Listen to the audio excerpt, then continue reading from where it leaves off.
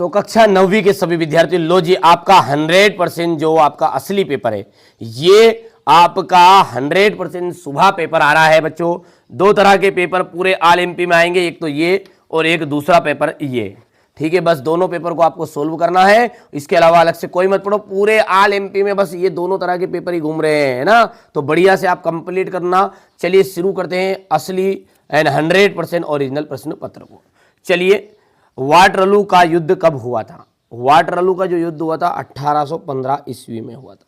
रूस की क्रांति हुई थी, रूस की क्रांति हुई थी 1917 में। जर्मनी ने मित्र राष्ट्र के सामने कब समर्पण किया? जर्मनी ने मित्र राष्ट्र के सामने कब समर्पण किया था? मई 1945 में समर्पण किया था। निम्नलिखित में से कौन सी लवणीय जल वाली झील है? ठीक है, तो यहाँ पर हम बात करें तो सांभर, बुलर, डल की गोविंद सागर, तो यहाँ पर सांभर जो झील है वो लवणीय जल वाली झील है। यहाँ जल है, ये है ना जल। संविधान सभा की पहली बैठक कब हुई थी? दिसंबर 1946। ठीक है। भारत में सर्वाधिक गरीबी जनसंख्या वाला राज्य है बिहार। बार बार कह रहा हूँ, ठीक है, अभी भी है मौका, मत खाओ धोखा। ओरिजिनल है, 100% ओरिजिनल प्रश्न पत्र, ठीक है। ये पेपर और इसके अलावा दो पेपर कर लो, ऑल एमपी में बिल्कुल टॉप करोगे, ठीक है। सन 1917 की सर्दियों में रूस की जो राजधानी है पेट्रोगार्ड, क्या हो जाएगा? पेट्रोगार्ड की हालत बहुत खराब हुई थी। फ्रांस की जो मुद्रा है, फ्रांस की मुद्रा लिब्रे थी, जिसे 1794 में समाप्त भी कर दिया। तो लिब्रे एकदम राइट इसका आ जाएगा, लिब्रे। वर्साई संधि की संधि में हुई, वर्साई की जो संधि हुई थी वो 28 जून। और यहाँ से है प्रायद्वीपीय भारत की अधिकतर नदियाँ कहाँ से निकलती है? तो पश्चिम से निकलती है।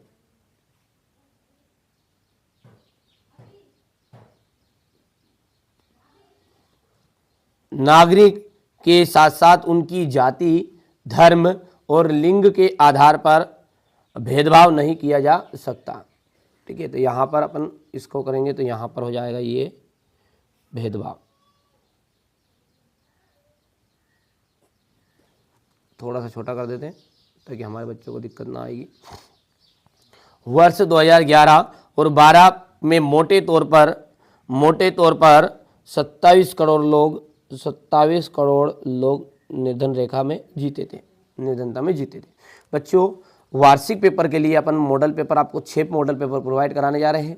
1 अक्टूबर से श्रृंखला चालू है। जिन बच्चों को वास्तव में वार्षिक की तैयारी करनी है, कुछ करने की जरूरत नहीं है। पहले ऐसा करो, आप मेरे पास के जो 6 मॉडल पेपर उनको कंप्लीट कर लेना, उन्हीं में से वैसे फंस जाएंगे पूरी चीज़ें। फिर भी आपको लगता है कि नहीं फंसेगा तो अलग से याद कर लेना, पर आपकी बुक के ही क्वेश्चन है, कोई अलग से बुक के क्वेश्चन नहीं है। बहुत ही रिसर्च के बाद जो हर साल रिपीट होते हैं वही क्वेश्चन उसमें मैंने ऐड किए हैं, तो जरूर देखिएगा। वार्षिक परीक्षा के लिए विथ सॉल्यूशन दूंगा पूरा PDF के साथ। चलिए शुरू करते हैं। अब अगला है ना, जोड़ी है विश्व की का सबसे बड़ा देश। विश्व का सबसे बड़ा देश कौन है? रूस है। सक्रिय ज्वालामुखी, बेरन द्वीप। देश में कानून बनाने का जो अधिकार है, देश में कानून बनाने का जो अधिकार है वो संसद को है। भारत का प्रथम उप प्रधानमंत्री सरदार वल्लभ भाई पटेल। जैव प्रौद्योगिकी तो आपकी हो जाएगी 1900, यहाँ पर प्रधानमंत्री रोजगार योजना जो है वो आपका आ जाएगा यहाँ पर 1993, ये 5वां है। और जैव प्रौद्योगिकी जो है वो आपकी तृतीय क्षेत्र के अंतर्गत आएगी। ओके, इतना। अगला देखते हैं, यहां से बात करें अपन तो ये आपका हो जाएगा अब्दुल कलाम। अब्दुल कलाम का जो जन्म है वो कहाँ हुआ था? तमिलनाडु में हुआ था, रामेश्वर में। 1928 में भारत का संविधान किसने लिखा था? मोतीलाल नेहरू ने। राष्ट्रीय काम के बदले अनाज कार्यक्रम किस वर्ष लागू किया गया? 2004 में लागू किया गया था। मानव पूंजी का एक महत्व लिखना है, आर्थिक विकास। वॉल स्ट्रीट एक्सचेंज क्या था? शेयर मार्केट, ठीक है। और लुई सोल्वे को मृत्यु दंड कब दिया गया था? 1793 में। बढ़िया से कंप्लीट कर लो। चलो आगे बढ़ते हैं। और अगला है हमारा सत्य और असत्य। भारतीय संविधान लिखने वाली सभा में 299 सदस्य थे, बिल्कुल। भारत का सबसे गरीब राज्य पंजाब है भैया, पंजाब गरीब नहीं है ना, वहां सबसे ज्यादा उत्पादन होता है गेहूं का, इनका और दूध का इनका। ठीक है, मानवीय पूंजी से उत्पाद में वृद्धि नहीं होती। ठीक है, ये असत्य रहेगा आपका। रूढ़िवादी तबका रेडिकल और उदारवादी दोनों का समर्थक था, ये आपका असत्य रहेगा। सोशल कॉन्ट्रैक्ट पुस्तक लॉक ने लिखी थी, असत्य। और जर्मन का में के संबंध में नात्सी दमनकारी महाहवंश था, तो ये आपका सत्य है। अब क्वेश्चन नंबर 6 देखो ध्यान से, यहाँ से ये आपका थोड़ा सा छोटा कर देते ताकि आपको देखने में भी अच्छा लगेगा, दिखेगा भी सही। ठीक है भैया, ये आपका हो गया इतना, और छोटा करो थोड़ा सा, ज़्यादा छोटा हो जाएगा फिर गड़बड़ हो जाएगा ना। चलो थोड़ा बड़ा करके बता देता हूँ। ये क्वेश्चन तो देखने से ही है। यहाँ नमामि देवी नर्मदे वैज्ञानिक वानिकी क्या है, लेटेक्स क्या है इसका उपयोग, आरक्षण का क्या अर्थ है, राजनीतिक संस्था का क्या अर्थ है, मानव पूंजी निर्माण का क्या अर्थ है, सेवा क्षेत्र क्या है, भारत में पादपों तथा जीवों का वितरण किन तत्वों द्वारा निर्धारित होता है, वन किसे कहते हैं।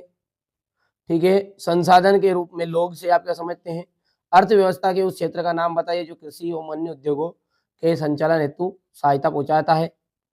कोऑपरेटिव क्या था, भारत प्रथम विश्व युद्ध में का रूस की क्रांति पर क्या प्रभाव पड़ा।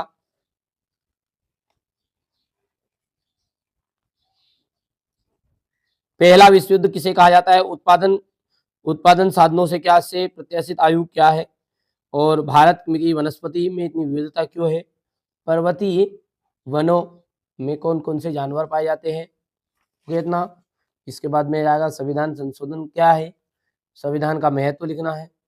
उग्र राष्ट्रवाद में नाजीवाद को किस तरह बढ़ावा दिया, द्वितीय विश्व युद्ध का तत्कालिक कारण क्या था, भारत की जलवायु को प्रभावित करने वाले कौन कौन से कारक है, मानसून को एक सूत्र में बांधने वाला क्यों समझा जाता है, प्रधानमंत्री के कार्य हमें संसद क्यों चाहिए, या कथन स्पष्ट कीजिए। ये क्वेश्चन नंबर 21 आपका, ये 22 और ये 23।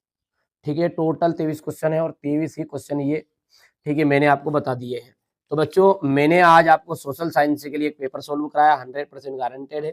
ठीक है, इसके अलावा भी एक पेपर और है बच्चों, पर दोनों पेपर को जितने कंप्लीट कर सकते हो कर लो, नहीं भी कर पाते तो कोई दिक्कत नहीं है। वार्षिक परीक्षा के लिए मैं आपकी तैयारी कराऊंगा, तेरे मार्कशीट में जैसे तैसे पास होना रहता है, कोई दिक्कत नहीं, कोई नंबर नहीं जुड़ेंगे इसके। ठीक है, आप तो बढ़िया से तैयारी करिए वार्षिक परीक्षा के लिए जुड़ने के लिए। ठीक है, आप कॉन्टैक्ट नंबर दिए गए हैं उन पर आप कॉल करिएगा और बढ़िया से अच्छे से तैयारी कर लीजिएगा। चलिए मिलते हैं अगले